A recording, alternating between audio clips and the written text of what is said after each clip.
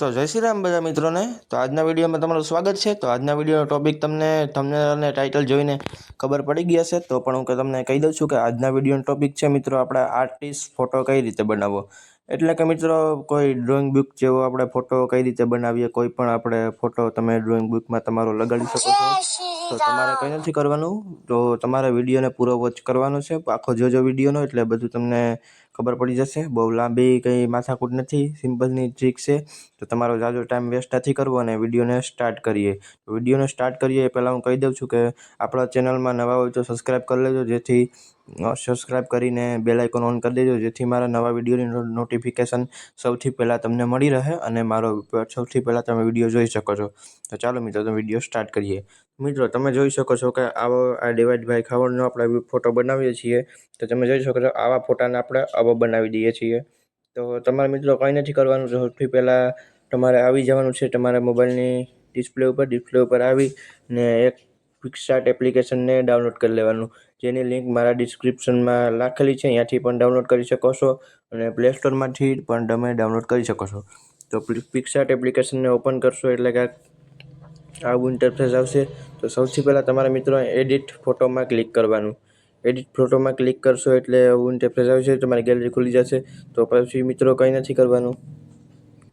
પછી મિત્રો તમારે આવું ડ્રોઈંગ બુકનો ફોટો તમારે કોઈ પણ ડાઉનલોડ કરી લેવાનો, એની પહેલાં એડ આવશે તો એડને કટ કરી દેજો. તો મિત્રો પછી તમારા ફોટોને સિલેક્ટ કરી લેશો એટલે આવું ઇન્ટરફેસ આવશે. તો આ ફોટો તમારે PNG ગૂગલ અથવા સર્ચ બેકગ્રાઉન્ડમાં તમને મળી જશે. તો તમારે કંઈ નથી કરવાનું મિત્રો, આવો ફોટો ગમે ત્યાંથી તમે ડાઉનલોડ કરી અને પછી તમારે જે પણ ફોટો તમારે એડિટ કરવો હોય તો એ ફોટાને તમારે લઈ લેવાનો. તો અહીંયા નીચે આમ સ્ક્રોલ કરશો એટલે એડ ફોટોનું ઓપ્શન આવી જશે. તો એડ ફોટોનું ઓપ્શનમાં જઈને તમારે પછી કંઈ નથી કરવાનું મિત્રો, આવો ફોટો તમારે કોઈ પણ કટ પેસ્ટ એપ્લિકેશનમાં જઈને કાપી લેવાનો. પછી કાપીને મિત્રો પછી કંઈ શું કરવાનું, તમારે સરખી રીતે સાઇઝ તમારી રીતે તમારે એડજસ્ટમેન્ટ કરી લેજો. હું તમને ખાલી એક્ઝામ્પલ માટે સમજાવું છું. પછી મિત્રો અહીંયા નીચેના તમે પ્લસની બાજુમાં જોઈ શકો છો, આમ સ્ક્રોલ કરશો એટલે એફેક્ટ્સનો ઓપ્શન આવી જાય, ઇફેક્ટ ત્યાં ક્લિક કરશો એટલે આવું ઇન્ટરફેસ આવી જશે. પછી મિત્રો તમારે કંઈ નથી કરવાનું, આમ સ્ક્રોલ કરશો એટલે એક્સનું ઓપ્શન આવશે, ત્યાં ક્લિક કરશો. પછી નોઇસમાં જઈ નોઇસને ડબલ ટેપ કરશો એટલે આવું ઇન્ટરફેસ આવી જશે, લાઈન આવી જશે. તો તમે તમારી રીતે 50-60ની બાજુમાં આસપાસ રાખી લેવાનું, જોઈ શકો છો એટલું ગમે તમે તમારી રીતે રાખી શકો છો. પછી મિત્રો અહીંયા આને સેવ કરી લેવાનું. સેવ કરીને મિત્રો પછી તમારે આર્ટિસ્ટમાં જવાનું. તો આર્ટિસ્ટનું ઓપ્શન આવી જશે. પછી મિત્રો તમારે ઓઇલ પેઇન્ટિંગમાં જવાનું. ઓઇલ પેઇન્ટિંગમાં જઈને બહુ નથી રાખવાનું, થોડું ઘણું જ રાખવાનું છે.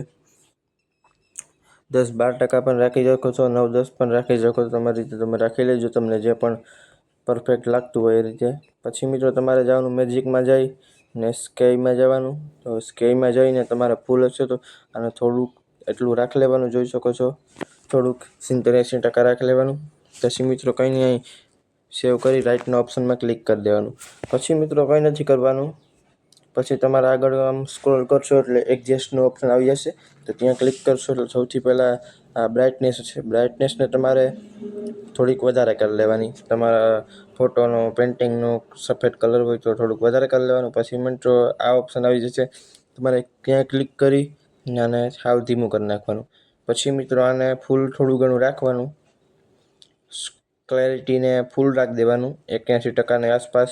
પછી મિત્રો સ્ટાન્ડર્ડ ઓપ્શન આવી જશે, અમાઉન્ટ તમારે રાખવાનું છે મિત્રો હાવ 0, એટલે તમારો ફોટો બની જશે. પછી મિત્રો હજી એક કામ છે.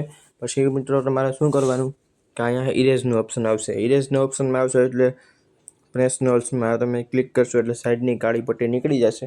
પછી ઇરેઝના ઓપ્શનમાં ક્લિક કરશો એટલે તમારી રીતે આને લીટી એડજસ્ટ કરી મિત્રો પછી કંઈ નથી કરવાનું, અને સરખી રીતે તમારે આ રીતે કરી દેવાનું, જોઈ શકો છો. અને થોડું ઓછું પર તમારી રીતે રાખી શકો છો. આ રીતે પેઇન્ટિંગનું સાઇઝમાં તમારે દઈ દેવાનું. સરખી રીતે તમારી પેઇન્ટિંગ તૈયાર થઈ જશે. થોડું ઘણું કપાઈ જાય વધારે તો તમે અહીંયા રિસ્ટોરમાં ઓપ્શનમાં જઈને તમે પાછું લઈ શકો છો. તો મિત્રો આપણા ચેનલને સબસ્ક્રાઈબ કરી લેજો, કેમ કે આપણા આવા નવા એડિટિંગના વિડીયો લાવતા રહીશું. કોઈ પણ માહિતી તમને દેતા રહીશું આવી, અને મારી સાથે ડાયરેક્ટ વાત કરવા માટે ઇન્સ્ટાગ્રામની લિંક ડિસ્ક્રિપ્શનમાં નાખેલી છે. ત્યાંથી પણ તમે કોઈ પણ કામ હોય તો મને મિત્રો તમે કોલ કરી શકો છો અથવા મેસેજ કરી શકો. હું બધાને રિપ્લાય આપી, પણ ખોટા કોલ અથવા ખોટા મેસેજ ન કરતા. કામ હોય તો જ કરજો. કોઈ પણ પ્રકારનું યુટ્યુબની માહિતી પણ આપી શકો છો મિત્રો, કેમ કે તમે એમ ન સમજતા કે આ મારું પહેલું યુટ્યુબ ચેનલ છે. એમ નવા મિત્રો મારવાની પહેલાં વ્લોગિંગનું ચેનલ હતું, તો તે મિત્રો ડિલીટ થઈ ગયું છે, એટલે મેં નવું ચેનલ બનાવી.